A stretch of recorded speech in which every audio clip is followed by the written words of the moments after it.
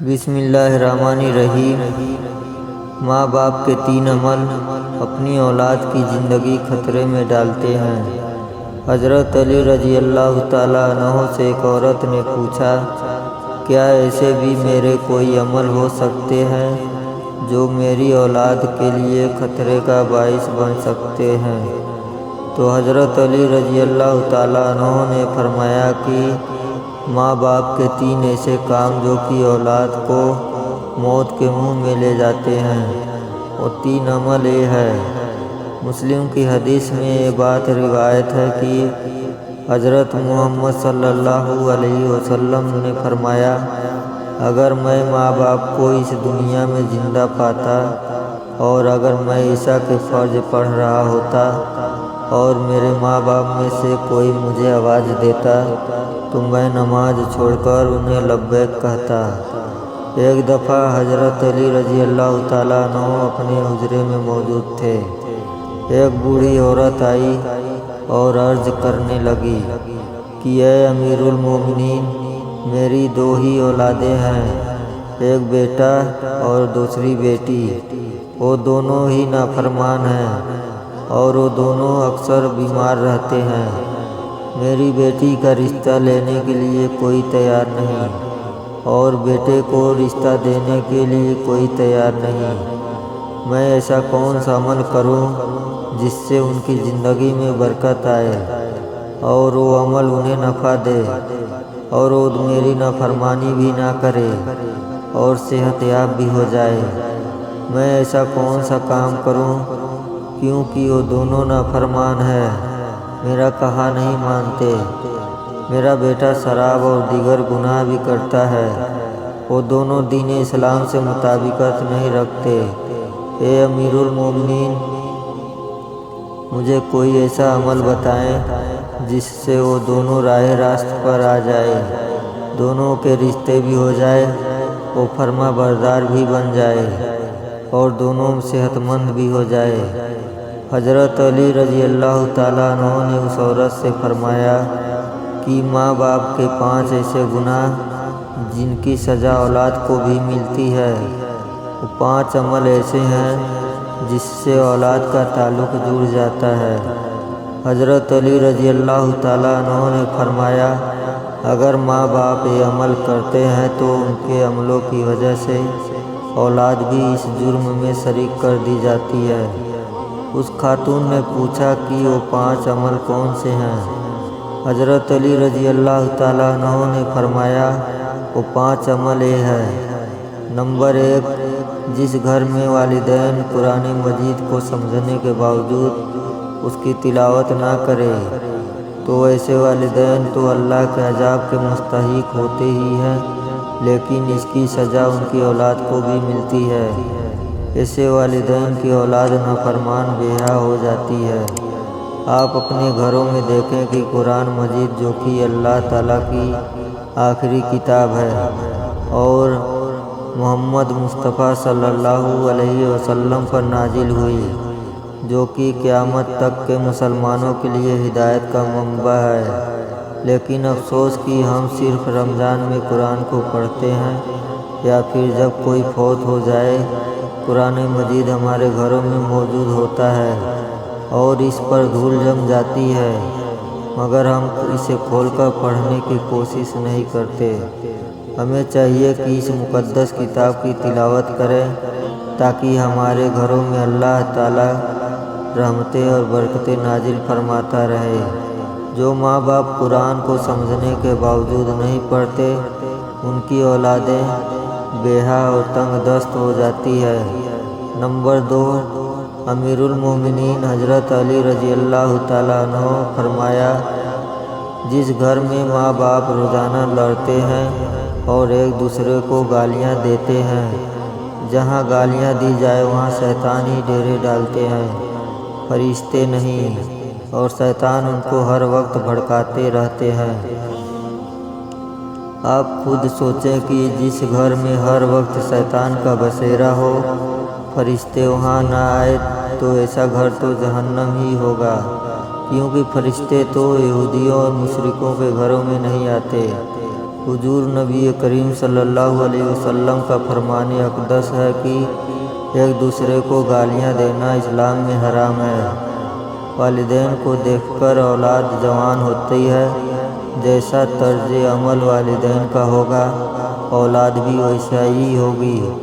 جن بچوں نے ساری عمر اپنے والدین کو لڑائی جھگڑا کرتے گالیاں دیتے دیکھا تو ایسی اولاد والدین کیسا توقع رکھ سکتے ہیں کہ ان کی اولاد فرما بردار ہوگی۔ اس لیے حضرت علی رضی اللہ تعالیٰ عنہ نے فرمایا کہ ماں باپ کو چاہیے کہ دین اسلام میں بات چیت کے جو طریقے بتائے گئے ہیں ان پر عمل کرے تاکہ ان کی اولادوں کو تربیت درست طریقے سے ہو۔ اس طرح آپ کی اولادیں نافرمان اور بے حیا نہیں ہوگی۔ اپنے گھروں میں نیکی کی باتیں پھیلائیں، اپنی اولاد کو نیکی کا درس دیں۔ اپنی بیٹیوں کو حضرت فاطمہ رضی اللہ تعالیٰ عنہا اور حضرت عائشہ صدیقہ رضی اللہ تعالیٰ عنہا کا واقعہ بتایا کریں، ان کے طرز زندگی کے متعلق بتایا کریں تاکہ ہماری بیٹیاں باحیا اور پردہ دار ہو۔ نمبر 3، مولا علی شیر خدا حضرت علی رضی اللہ تعالیٰ عنہ فرماتے ہیں کہ ماں باپ کے بے پردگی کی وجہ سے ان کی اولادوں پر بیماریوں کا حملہ ہوتا ہے۔ حدیث صحیح بخاری میں حضرت ابو ہریرہ رضی اللہ تعالیٰ عنہ سے روایت ہے کہ نبی کریم صلی اللہ علیہ وسلم نے فرمایا کہ پردہ عورت پر واجب ہے، جبکہ بے پردہ عورت پر جہنم واجب ہے۔ جس گھر میں بے حیائی اور بے پردگی ہوتی ہے تو اللہ کے فرشتے ایسے گھروں میں رہنے والوں کے لیے بد دعا کرتے ہیں اور شیطان ایسے گھروں کو اپنا بسیرا بنا لیتے ہیں۔ جہاں بے پردگی عام ہو اس گھر کی اولادیں بے حیا، نافرمان اور غلط کاموں کا شکار ہو جاتی ہے۔ یہی نہیں بلکہ پریشانیاں اور مصیبتیں ایسی اولاد کا مقدر بن جاتی ہے۔ یہ ان کے والدین کی بے پردگی کی وجہ سے ہوتا ہے۔ جس گھر میں بے حیائی ہوتی ہے وہاں اللہ کی برکت اور رحمت نہیں ہوتی۔ ایسا ماں باپ کی اولادیں فتنوں اور بلاؤں سے محفوظ نہیں رہ سکے گی، کیونکہ اللہ کے فرشتے جو کہ ان فتنوں کو روکتے ہیں وہ تو اس گھر سے چلے جاتے ہیں۔ ایسی اولاد ماں باپ کی نافرمانی کرتی ہے اور ہمیشہ پریشانی میں مبتلا رہتی ہے۔ ماں باپ کو چاہیے کہ وہ پردے کا خاص خیال رکھیں تاکہ ان کی اولاد بھی ان کی پیروی کرے۔ آپ نے مشاہدہ کیا ہوگا کہ آپ کے ارد گرد جو ماں باپ پردے کا خیال نہیں رکھتے تو ان کی باتیں زبان رد-عام ہوتی ہے۔ اکثر عورتیں کہتی ہوئی دکھائی دیتی ہیں کہ پردہ دل کا ہونا چاہیے، تو ایسی عورتوں کو اللہ کے غضب سے ڈرنا چاہیے کہ کیا ان کا دل حضرت فاطمہ زہرا رضی اللہ تعالیٰ عنہا اور حضرت عائشہ صدیقہ رضی اللہ تعالیٰ عنہا کے دل سے زیادہ پاک ہے؟ اگر ان کے لیے پردے کا حکم تھا تو آج کی خواتین اپنے آپ کو کس جگہ پر دکھتی ہے؟ ناظرین، اپنی بیٹیوں کو حضرت فاطمہ رضی اللہ عنہا کے واقعات بتائیں اور انہیں بتائیں کہ ان کی رول ماڈل کون ہونی چاہیے۔ آپ کو حضرت فاطمہ زہرا رضی اللہ تعالیٰ عنہا کا ایک واقعہ سناتے ہیں۔ شادی کے بعد نبی کریم صلی اللہ علیہ وسلم حضرت فاطمہ کو گھر لے جا رہے تھے کہ راستے میں ایک نابینا صحابی بیٹھے ہوئے تھے۔ آپ رضی اللہ تعالیٰ عنہ نے اپنے چہروں کو ڈھانپ لیا۔ نبی کریم صلی اللہ علیہ وسلم نے کہا، بیٹی فاطمہ، یہ صحابی تو نابینا ہے، آپ نے کیوں چہرہ ڈھانپ لیا؟ تو حضرت فاطمہ رضی اللہ تعالیٰ عنہ نے کہا، بابا جان، مجھے غیر محرم سے پردے کا حکم دیا گیا ہے، نہ کہ ان پر افراد سے جن کو نظر آتا ہے ناظرین، یہودیوں کی چال ہے کہ مسلم معاشرے میں جدت کے نام پر بے حیائی کے پروان چڑھایا گیا، لہٰذا اس دور میں جتنا ہو سکے اپنی اولاد کو صحابہ اکرام اور اہل بیت کی زندگیوں کے متعلق بتائیں۔ نمبر 4، حضرت علی رضی اللہ تعالیٰ عنہ نے فرمایا کہ وہ والدین جو کہ کسی دوسرے کی اولاد کے بارے میں برا سوچتے ہیں، انہیں سوچنا چاہیے کہ اگر وہ دوسرے کی اولاد کے بارے میں برا سوچیں گے تو ان کی اولاد بھی اس برے عمل سے بچ نہیں پائے گی۔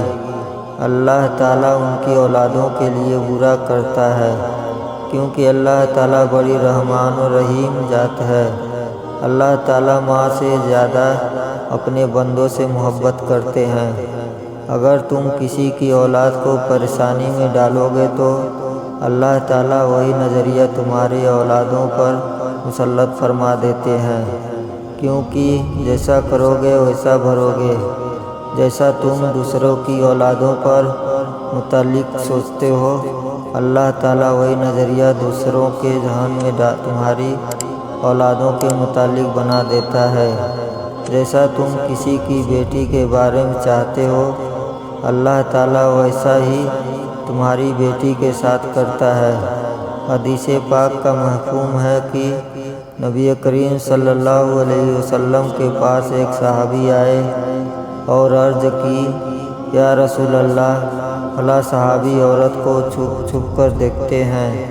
تو آپ صلی اللہ علیہ وسلم نے اس صحابی سے فرمایا کہ اس صحابی کو بلا کر لاؤ۔ جب وہ صحابی آپ کی خدمت میں اقدس میں حاضر ہوئے تو آپ نے اس سے کہا، تم اپنے گھر کی حفاظت کی ذمہ داری چھوڑ گئے ہو؟ کیا صحابی نے جواب دیا، نہیں، میں تو اپنے گھر کی آپ کے فرمان کے مطابق نگہبانی کرتا ہوں۔ آپ صلی اللہ علیہ وسلم نے فرمایا، جاؤ گھر جا کر دیکھو کیا آپ کا گھر محفوظ ہے بھی یا نہیں۔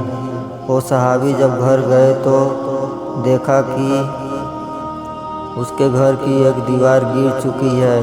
وہ صحابی واپس آپ صلی اللہ علیہ وسلم کی خدمت میں حاضر ہوئے اور پوچھا، یا رسول اللہ صلی اللہ علیہ وسلم، یہ کیا معاملہ ہے؟